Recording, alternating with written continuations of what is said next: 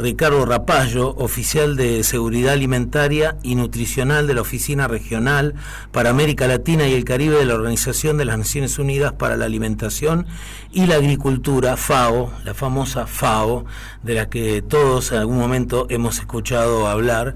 ¿Qué tal, Ricardo? ¿Cómo estás? ¿Cómo va la tarde? Hola, muy buenas tardes desde Santiago de Chile. Muy bien, la tarde muy bien, y les agradezco mucho la invitación a participar en su programa. No, es un honor para nosotros desde ya tener una voz tan autorizada para hablar sobre el tema nutrición, el tema desigualdad, el tema hambre, que es el que nos ocupa. Muchas veces nosotros escuchamos decir que Argentina puede dar de comer a 400 millones de personas.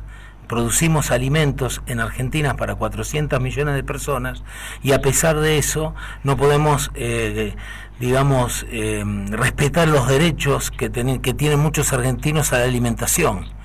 ¿Es así? ¿Producimos alimentos para 400 millones de personas? Bueno, esa paradoja se da en general en América Latina, ¿no? Somos un continente productor y con buenas capacidades, recursos naturales para producir alimentos y buenas capacidades humanas para poner todo el conocimiento a disposición de la producción. Pero la paradoja, en términos generales, es cierta, ¿no? En el sentido de que somos una región que produce mucho, y Argentina es posiblemente uno de los mejores ejemplos de país con capacidad en todos los sentidos para producir alimentos. De hecho, exporta y contribuye a la seguridad alimentaria en muchos países del mundo, pero paradójicamente en la mayor parte de los países de nuestra región existen efectivamente problemas derivados no tanto de la disponibilidad sino del acceso, ¿no? Y ese es quizás el talón de Aquiles de nuestra región. Hay grupos de personas, en algunos países importantes en número, que no tienen los recursos fundamentalmente económicos para poder acceder a esos alimentos que se producen. Y esa es una realidad que llamamos la atención hace varios años en América Latina, porque a diferencia de otros continentes que pueden tener más dificultades por cuestiones climáticas o conflictos bélicos, América Latina y el Caribe no tiene excusas para no poder alimentarse a todos sus ciudadanos de manera adecuada. ¿Y esto por qué se da? ¿Es un tema político, es un tema social, es un tema económico? ¿Confluyen las tres partes? ¿En qué partes? O sea, ¿en qué proporción confluyen? Yo escucho hablar muchas veces que es un tema político, y no hablo de política partidaria, sino de la política en general. Que el problema de que esto no sucede porque no logramos articular bien la política en nuestros países. Esa es nuestra afirmación que hacemos, sobre todo, como repito, en América Latina y el Caribe, ¿no? Una región que produce mucho y más de lo que necesitaría, incluso para alimentarse adecuadamente todos sus ciudadanos. La única explicación del por qué un grupo todavía importante, casi 40 millones de latinoamericanos y caribeños, no come adecuadamente o no ingiere las calorías necesarias para llevar una vida activa y sana diariamente, no puede ser por otro motivo sino por el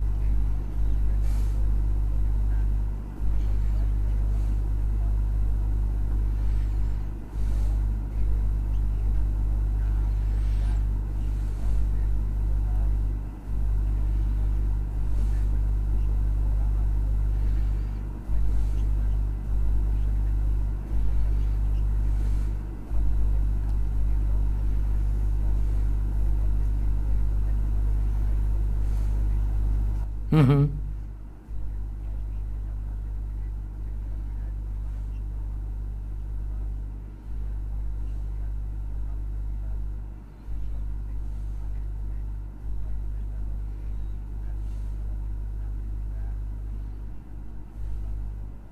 Cuando América Latina tiene este problema, ¿en qué se diferencia con Europa en cuanto a las formas de pensar al prójimo?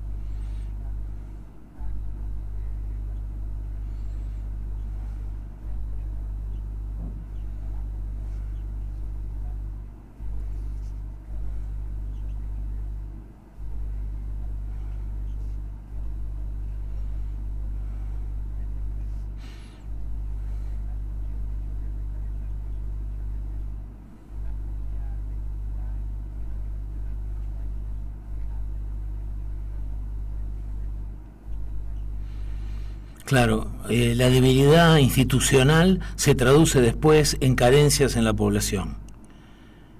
Yo te pido indulgencia, Ricardo, porque lo que estamos tratando en el programa es de entender no solo lo que pasa, porque hay muchos datos. En Internet podés acceder a gran cantidad de información respecto de la problemática del hambre y de la desigualdad que hay estadísticas y números por todos lados. Lo que no logramos entender demasiado bien es qué tenemos que hacer concretamente para poder cambiar esto. Es decir, bueno, ¿por dónde empezamos? Y además, ¿por qué, por ejemplo, Canadá, Alemania, Francia, si bien hay sectores de la población vulnerables, pero que están atendidos? Y nosotros tenemos una gran cantidad de personas, y voy a hablar de Argentina porque no conozco la problemática en otro lugar, y tendría que decirte que dentro de Argentina, más específicamente en Misiones, que es donde yo realmente he ido a lugares y he palpado la situación que viven algunos de mis compatriotas, pero digo, ¿qué estamos haciendo diferente, o qué hacemos diferente, o por dónde podremos empezar para cambiar esto?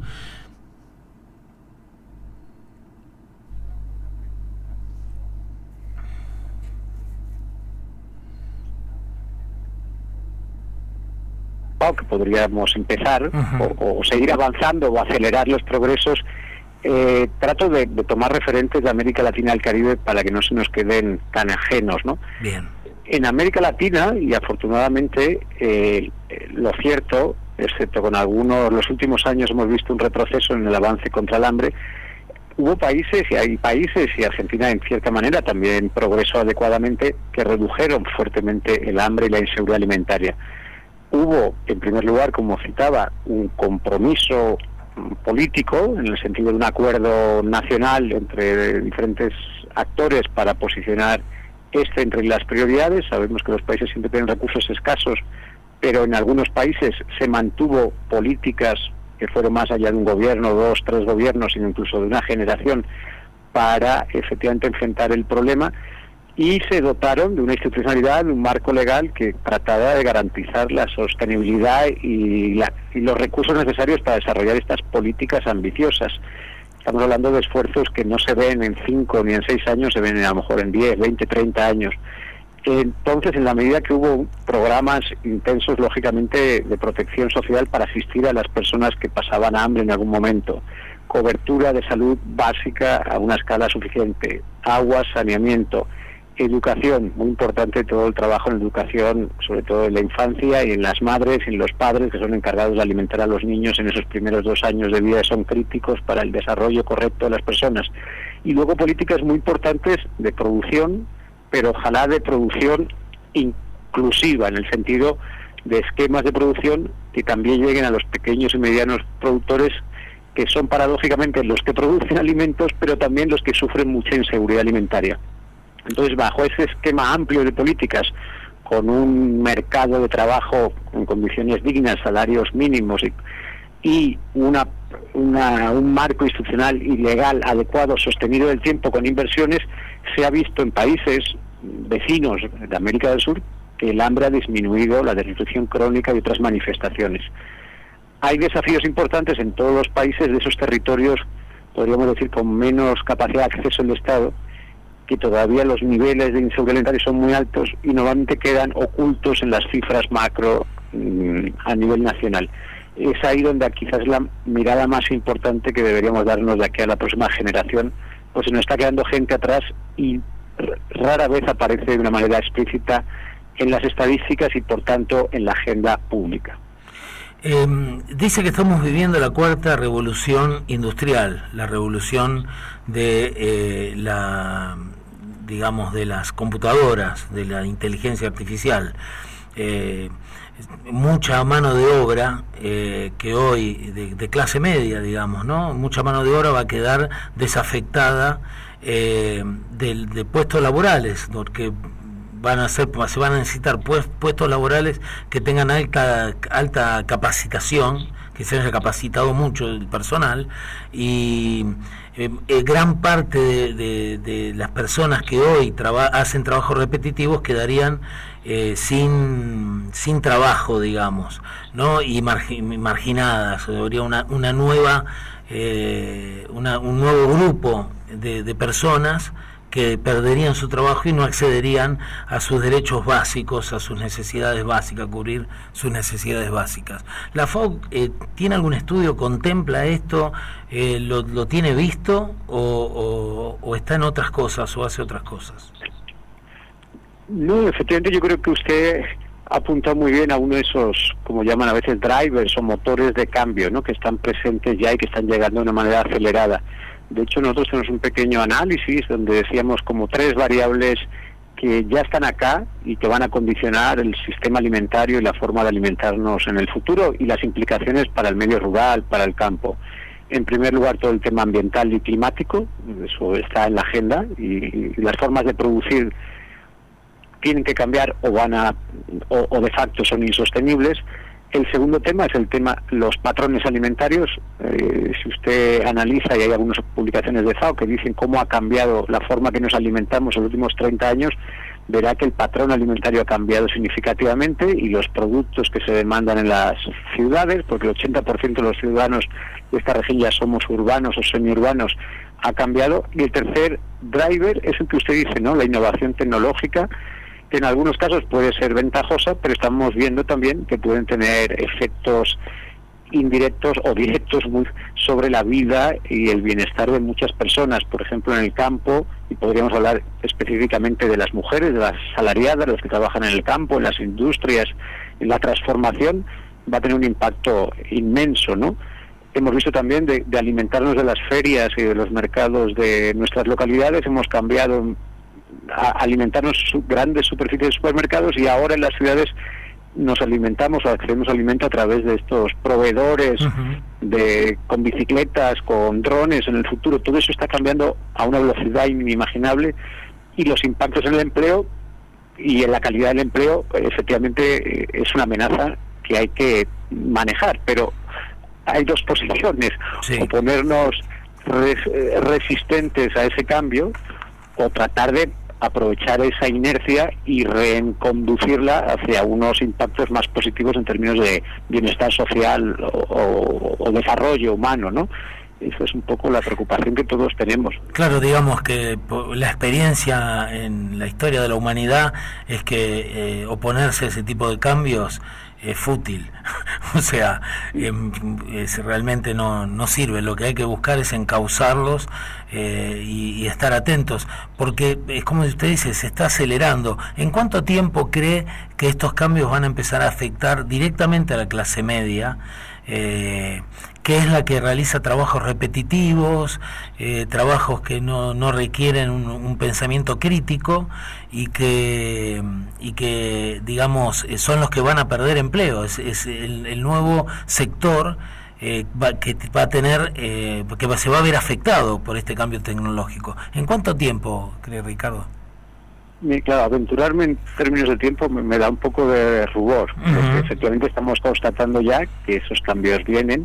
Es verdad que todavía la matriz, los costes productivos en América Latina, sobre todo en algunos países, son menores que otros, entonces todavía seguimos siendo por esa vía algo más competitivos, pero efectivamente vamos a hacer una tecnificación de mucha mano de obra, a muchas innovaciones en la parte de procesamiento, transporte, distribución, y eso va a derivar en otro tipo de empleos. No me atrevo a decir cómo afecta ya o cuándo a las clases medias. Lo estamos viendo en las ciudades, lo estamos viendo en el campo, pero quizás no a la velocidad que lo hemos visto en otros países, quizás por la propia estructura y por la importancia todavía del sector primario y secundario en nuestra región. Pero sin duda, como usted dice, los cambios están aquí ya, y los 2 primeros, cambio climático y patrón de consumo, ya están presentes. La cuestión es cómo manejarlo de una manera que no se esté quedando mucha gente atrás, y sobre todo, por ejemplo, esos pequeños productores que no tengan los instrumentos para aprovechar también la ola de la innovación tecnológica, y finalmente solo pueden aprovecharla los grupos con mayor financiamiento, más acceso a mercados o mayor acceso a información, ¿no? Ese es un poco también el desafío que tenemos. Comparto con usted y con la audiencia un ejemplo puntual de esto, por eso se lo preguntaba. Nosotros acá en la provincia de Misiones estamos por ir a elecciones este domingo, a elecciones a gobernador. Este domingo, ya faltan 2 días. Y generalmente, años anteriores, veíamos la ciudad repleta de carteles y pasacalles, con muchísima publicidad en papel, dando vueltas por ahí. Y estas elecciones, que pasaron 2 o 3 años de este cambio, estas elecciones lo que vemos es mucha publicidad en redes sociales, en nuestros equipos, en nuestros aparatos electrónicos, y menos en la calle. Y eso hizo un cambio. O sea, si había alguien que se dedicaba a imprimir, todas empresas gráficas que se dedicaban a imprimir todo este material, hoy ya seguramente vieron mermada su producción dramáticamente en comparación a otras personas que son las que conocen de internet y cuelgan o cargan estos anuncios publicitarios en las redes sociales. Hay una transferencia de trabajo. Ahora hay algunas personas haciendo esto y otras personas que dejaron de hacer carteles. Esto se va a traducir en toda la industria y especialmente en lo que es alimentario. Tengo un amigo gerente que era gerente de Molinos Río de la Plata, y él me decía que toda máquina que reemplace a las personas es un buen negocio. Esa es la política, la mirada de la empresa respecto de su forma de producir. Sí. Bueno, efectivamente hay muchas reflexiones en torno al tema que pone encima de la mesa. También es verdad que hay, por ejemplo, menos papel, menos impacto ambiental. Uh-huh. Efectivamente hay otros derivados, se crean otros trabajos más benéficos, que también, claro, son también un nicho para personas con mayor capacitación, ¿no? Que también eso es otro desafío. Es cierto también que si vemos la evolución de muchos países en niveles de desarrollo, muchas de las personas que trabajan en el campo fueron abandonando el sector agrario para dedicarse a actividades rurales no agrícolas, o migraron, etcétera. Es decir, hay también una natural, entre comillas, proceso de industrialización o hacia el sector servicios que se da en muchos países. La ventaja en este tema, o parte de la ventaja, es que todos, más o menos, si podemos, debemos alimentarnos al menos 3 veces al día. Entonces, uh-huh, la importancia de la alimentación va a estar ahí. Y por otra parte, también constatamos, la mirada, si quiere, más positiva, es la creciente preocupación del consumidor por la calidad de lo que consume, de cómo se produce y de las condiciones también incluso de impacto ambiental y de impacto social sobre la producción. Esa es la mirada optimista, en el sentido que si disponemos de una sociedad civil, de unos consumidores cada vez más preocupados por todo lo que viene hacia atrás en la cadena de producción, va a obligar también a que nuestros sistemas alimentarios sean más socialmente sostenibles, ambientalmente sostenibles, como parte de la ecuación de sostenibilidad también económica, ¿no?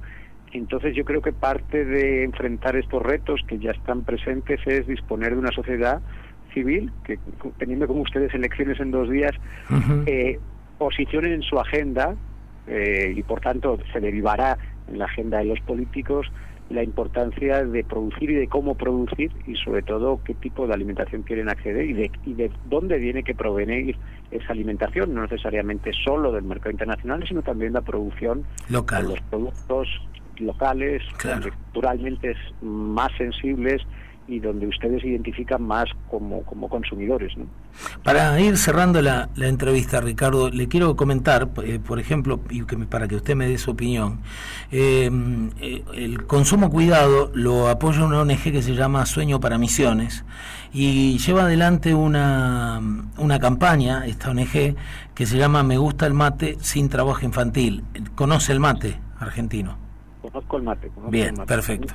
Me gusta el mate sin trabajo infantil. Lo que propone la campaña, y ha presentado un proyecto de ley en el Congreso Nacional, para que se pueda encontrar en góndolas productos con una certificación, identificados, libres de trabajo infantil y libres de trabajo forzoso, y que cuando un consumidor acceda a ese producto, lo compre, parte del dinero, un dinero extra que se cobre por ese producto, vaya directamente al bolsillo de la persona que cosecha, del trabajador que cosecha la yerba mate.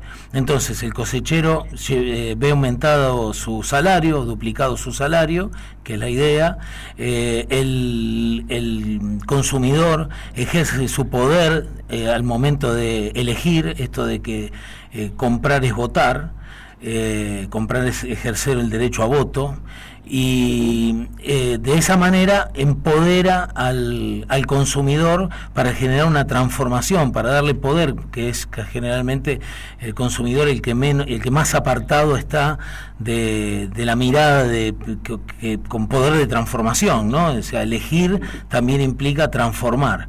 Entonces, esta es un poquito la idea que impulsa Un Sueño para Misiones.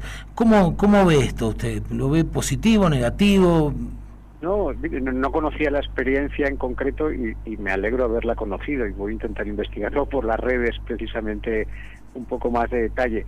Ese es el tipo de experiencias y de innovaciones que vienen desde la sociedad civil, no hace falta que venga el Estado siempre a situar instrumentos de política, sino la propia organización de la sociedad civil, de los productores, de los consumidores, puede ir unos pasos más adelante que los propios instrumentos que a veces se diseñan desde los ministerios o las secretarías o las instituciones como la mía. Entonces la veo muy positiva, porque además trata de hacer ese círculo, cerrar ese círculo virtuoso de protección social, de alimentación saludable, cercanía al productor, el consumidor, y es lo que garantiza efectivamente que también con iniciativas como esta sea una preocupación de los legisladores, y por tanto queda como una política pública y una sostenibilidad en el tiempo, independientemente de quién esté liderando las propuestas, ¿no? Entonces voy a leerla y voy a intentar investigar un poco más, porque son esa iniciativa que queremos visibilizar más, porque muchas veces hay un sentido negativo o de frustración en el sentido de que no se puede hacer nada, y con ejemplos como este se puede mostrar que se puede hacer algo desde lo local, desde lo departamental, provincial e incluso a nivel nacional. Claro, la idea es hacerlo a nivel nacional. Búsquelo como Me Gusta el Mate, sin trabajo infantil, y va a encontrar mucha información. Bueno, Ricardo, ¿quiere cerrar con algo en particular que nos quiera contar? En primer lugar, agradecerle lógicamente el que ponga en la agenda de su programa este tema. Yo creo que todos nos alimentamos diariamente, todos tenemos hijos en edad que deben crear sus hábitos alimentarios, que van a ser un consumidor en el futuro, y por tanto como padres o como abuelos tenemos que también, o jóvenes, tener muy presente este tema, que va a condicionar no solo la salud nuestra en el futuro, sino también la propia sostenibilidad de todos los recursos por la forma que producimos, consumimos y a veces incluso desperdiciamos. Entonces me alegro que a 2 días de las elecciones en la provincia podamos hablar de ese tema, porque posiblemente sea parte también de las decisiones que tomen sus vecinos, ¿no?, a la hora de decidir un voto u otro. Sí, totalmente. Bueno, Ricardo, gracias. Muchísimas gracias. Yo le diría 3 gracias. Gracias, porque realmente para nosotros es una nota muy importante. Usted ocupa un lugar muy importante, y la FAO tiene todo nuestro respeto por el trabajo incansable que hacen. Nosotros desde la organización hemos tenido varias veces comunicación con FAO Argentina. Las chicas que están en la oficina son muy amables y siempre colaboran cuando tenemos algún evento y nos apoyan. Así que bueno, nada más que eso. Muchísimas gracias, Ricardo. Muchísimas gracias. Tengan una buena tarde. Igualmente. Gracias a todos. Gracias.